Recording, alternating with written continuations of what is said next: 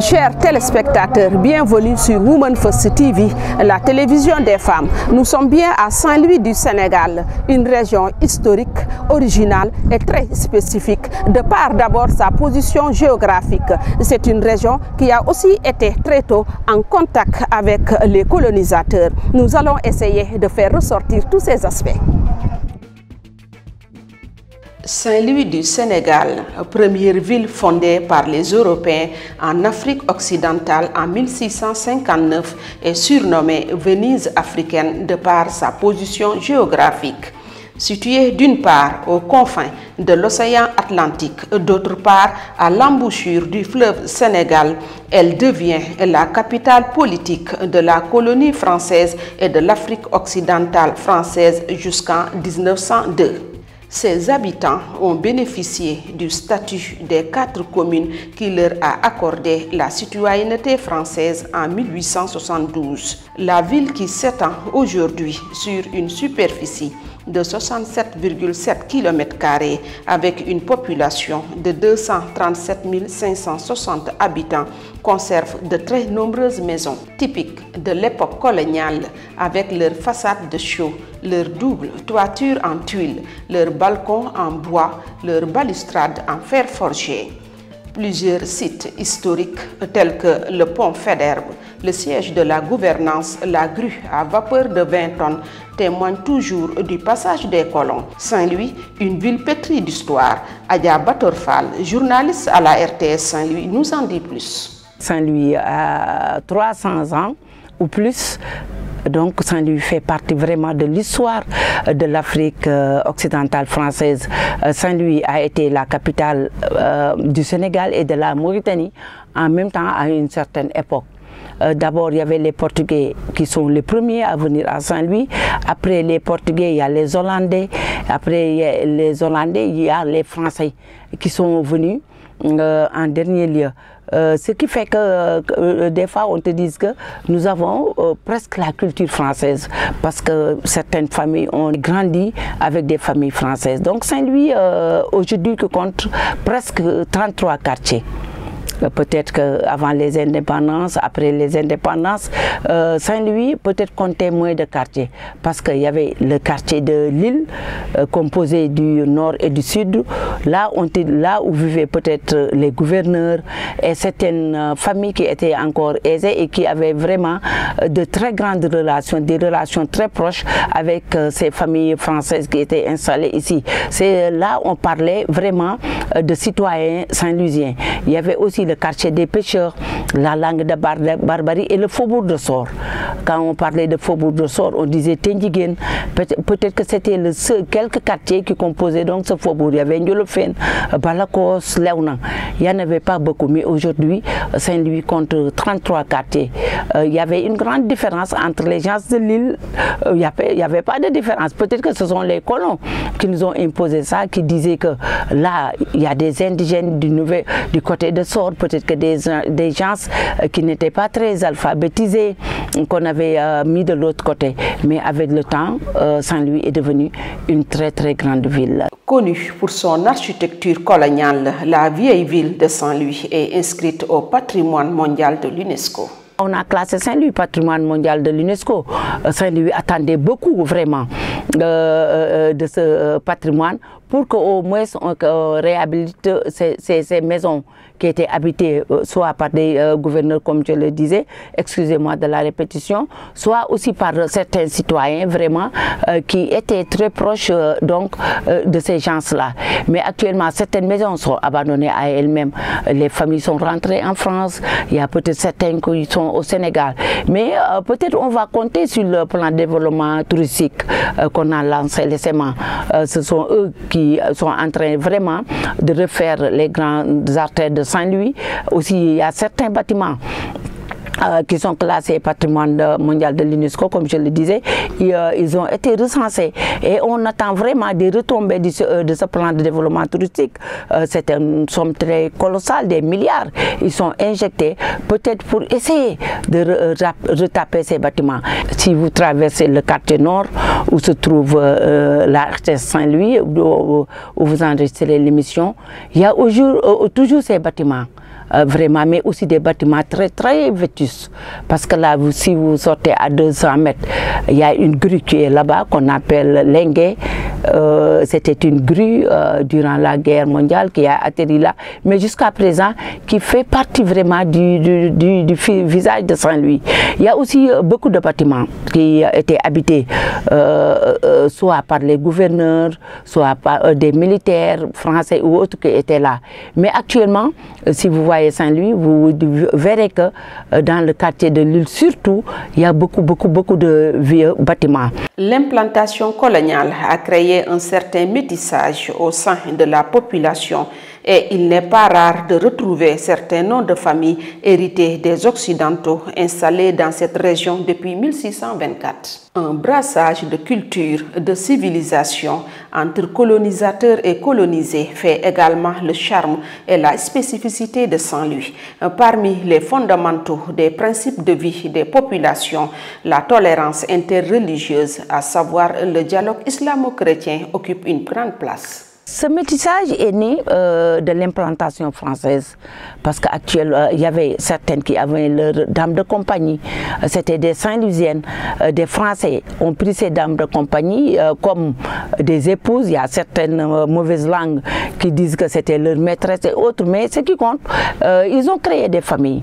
C'est ce qui fait qu'à Saint-Louis, il y a ce métissage qui existe bien à Saint-Louis. Peut-être qu'actuellement, avec le temps, on en trouve toujours, parce qu'il y a toujours des Français qui viennent prendre des épouses à Saint-Louis, parce qu'ils te disent que Saint-Louisiennes sont gracieuses, elles sont douces, et comme ça, il y a toujours ce métissage que les Saint-Louisiens portent. Mais aussi, il y a les Maures, et qui dit Maure aussi dit beauté. Parce qu'eux aussi, ils sont venus très tôt à Saint-Louis. Si vous partez dans la langue de Barbarie, à Gokhombac, ce sont presque les Maures qui habitent là-bas. Avec ce métissage, les Saint-Louisiennes sont de teint clair. Vous les voyez très élancés. Il y a aussi ce teint très clair, vraiment, qui vous marque dès que vous les apercevez. À Saint-Louis, vous entrez dans une maison, vous trouvez certains qui sont des chrétiens, d'autres qui sont des musulmans. Il y a un artiste Guaméné, il est bien connu par votre caméraman. Si je prends aussi la famille de Marie-Marlène Diallo Valfroy, ça existe. Ils cohabitent vraiment dans la paix, dans la cohésion sociale. Il n'y a pas eu de problème. Quand on parle de dialogue, comment dirais-je, islamo-chrétien, ça, la base est à Saint-Louis et ça existe toujours dans ces familles, même si ces familles ne sont plus nombreuses, parce que la raison qui a amené ça, c'est ce métissage qu'il y a. Il y avait les femmes saint-louisiennes qui travaillaient pour ces gouverneurs et autres administrateurs qui étaient à Saint-Louis, et eux, ils prenaient en mariage. C'est ce qui a amené ces seigneurs au niveau de Saint-Louis et Gorée et Rufisque, vraiment, qui sont les premières villes du Sénégal. Allez dans une cérémonie à Saint-Louis, vous trouverez en même temps l'évêque de Saint-Louis assis à côté de l'imam Ratib de Saint-Louis. Et chaque fois, avant les prières, comme nous sommes tous des croyants, il te demande de prier. Les chrétiens prient là, les musulmans aussi. Et ça, c'est ancré dans l'histoire de Saint-Louis. Si vous venez lors des fêtes de Ngalla, ils se partagent les plats de Ngalla. Les chrétiens, à Pâques, ils préparent, vous allez dans une famille, mais il y a tellement de marmites de Ngalla et qu'ils partagent avec leurs parents musulmans. Parce que nous sommes nés, et quand nous sommes nés, nous avons trouvé ça entre nos parents, entre nos voisins. Et ça existe toujours à Saint-Louis. Donc, le dialogue islamo-chrétien, je crois que ça ne date pas d'aujourd'hui. Peut-être que c'est une question de finaliser, peut-être le projet, mais ça date de l'époque coloniale. Parce que là, vous avez dans l'île la grande mosquée du Nord qui a été construite par El Hadji Omar Tall. De l'autre côté, à quelques 500 mètres, il y a l'église qui est là. Même au niveau de la grande mosquée, il y a une cloche. La cloche qu'on trouve dans les églises. Donc vous voyez que ça c'est ancré dans l'histoire.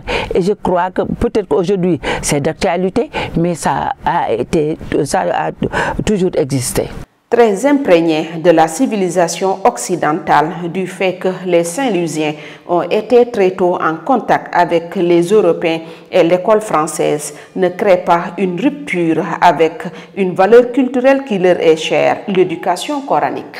L'éducation coranique a beaucoup apporté pour Saint-Louis. Si vous prenez les premiers cadres sénégalais, je peux prendre le cas de Madické Wade, qui a été durant des années le président du Kuréel de Raqqa. Il fait partie des militants du PAI au moment où certains n'osaient pas faire la politique. Mais il fait partie des premiers enseignants. Et beaucoup de cadres sénégalais ou africains ont fait leur enfance à Saint-Louis. Mais un jour, j'ai eu à discuter avec lui. Il me disait, des fois, il était tellement, c'était de l'inquiétude ou je ne sais quoi. Parce qu'il y avait des jeunes, des élèves, le matin, ils quittaient leur maison à 6 h du matin pour aller à l'école coranique, revenir à 7 h à la maison, prendre leur petit déjeuner pour retourner à l'école. Là, on descendait à 11 h. À 11 h, ils quittent l'école pour rejoindre encore l'école coranique avant de revenir à la maison à 14 h, 14 h 30 pour repartir encore à l'école. Et ces jeunes-là, c'était les meilleurs de leur classe. Ce qui fait que le Coran apporte beaucoup par rapport aussi à l'éducation française. Et c'est toujours d'actualité. Et ça, c'est toujours, ça se passe toujours comme ça à Saint-Louis. Vous voyez, il y a tellement de dara. Vous prenez le dara de Seigne Mohsin Diop, vous prenez le dara de Seigne Mamour Ndiaye. Il y a des enfants qui viennent apprendre le Coran, ils viennent d'autres pays africains. Ils sont là actuellement à Saint-Louis. En même temps, ils cumulent les deux. Ils font l'école coranique et l'école française. Et vraiment, si vous avez eu l'occasion de partir dans certaines écoles, ces jeunes-là, peut-être ce sont les meilleurs de leur génération. Donc, c'est un brassage qui a duré durant l'époque coloniale et ça continue toujours à Saint-Louis. Très tôt, les Saint-Louisiens ont fait l'école française. Notre grand-père, El Hadji Mansour Mbaye, les Chopard et autres qui ont construit vraiment l'histoire du Sénégal et de Saint-Louis ont fait cette école. Il s'agit de l'école Ndiawar Sarr. Cette école même fait partie de l'histoire de Saint-Louis. On l'appelait primaire Neuville, certains l'appelaient petit lycée. Vers les années 1800, parce que là, il y avait l'école des fils de chef, c'était l'école Khayar Meng, il y avait aussi le lycée Blanchot, c'est devenu lycée des jeunes filles Ahmed Fall. Là, on faisait venir donc peut-être les enfants des chefs de canton, parce qu'on te dit ici Bouna Albouri, il y a aussi un prince du Wallo, le nom m'échappe, Sidi Ndatayala. Eux, ils ont fait cette école française au niveau de Saint-Louis. Ils étaient là parmi tant d'autres fils de chefs. Peut-être qu'en cette période, c'était plus facile pour eux d'accéder à l'école. Pour les autres qu'on appelait indigènes, c'est après que l'école s'est ouverte à eux. Mais il y a beaucoup de cadres, beaucoup de chefs de canton, de fils donc de chefs de canton qui ont fait leur cursus scolaire au niveau de ces écoles. Et aujourd'hui, on en compte partout, en Afrique, un peu partout. Beaucoup parmi eux ont fait cette école, comme ils l'ont fait aussi au prisonniers militaires de Saint-Louis. Donc ces écoles-là, vraiment, c'est un message que je passe, surtout l'école Khayar Meng. Ça fait partie du patrimoine de Saint-Louis. Et ça fait des années qu'on demande sa réhabilitation. Et je crois que, comme on a fait classer Saint-Louis patrimoine mondial, cette école devait faire partie de ce patrimoine, comme le lycée Ahmed Fall de Saint-Louis. Le milieu détermine l'homme pour dire que l'être humain est influencé par son environnement socio-culturel. De la même manière, l'occupation occidentale a impacté le comportement des Saint-Louisiens. Ça a beaucoup impacté de leur présence, de leur démarche, à travers aussi le langage. Peut-être que moi, je n'ai pas ce langage saint-louisien, mais si vous tombez, il y a une façon, un art de parler des Saint-Louisiens. À chaque fois que tu pars quelque part, tu parles, qui est d'Omundar, comme ils disent, qui est d'Omundar. Il faut le dire aussi, c'est avec ce brassage, les petits Toubab, comme on les appelle, ils ont très tôt appris à parler français. Et ça a une grande influence sur leur façon de parler jusqu'à présent. Malgré qu'il n'y a plus peut-être cette colonisation, maintenant on est devenu libre. Mais ça reste toujours. Et vraiment, c'est ça qui fait le charme des Saint-Louisiens, de par leur façon de s'habiller, de par leur façon de marcher. Et tout ça, on le retrouve à Saint-Louis. Je ne le dis pas parce que je suis Saint-Louisienne, mais c'est un constat général. Et si tu vois les grandes dames de Saint-Louis lors de ces manifestations, tu vois une grande dame très bien habillée qui peut faire 1 heure de temps entre la Pointe-Nord et la place Faidherbe. Des manières d'être et de se comporter spécifiques aux Saint-Louisiens, une architecture authentique, des sites historiques d'une rare originalité, une ville plongée au cœur de l'océan Atlantique et du fleuve Sénégal en disent assez pour la singularité de Saint-Louis. Toutefois, il reste plusieurs autres facettes pour exhiber la richesse de cette région.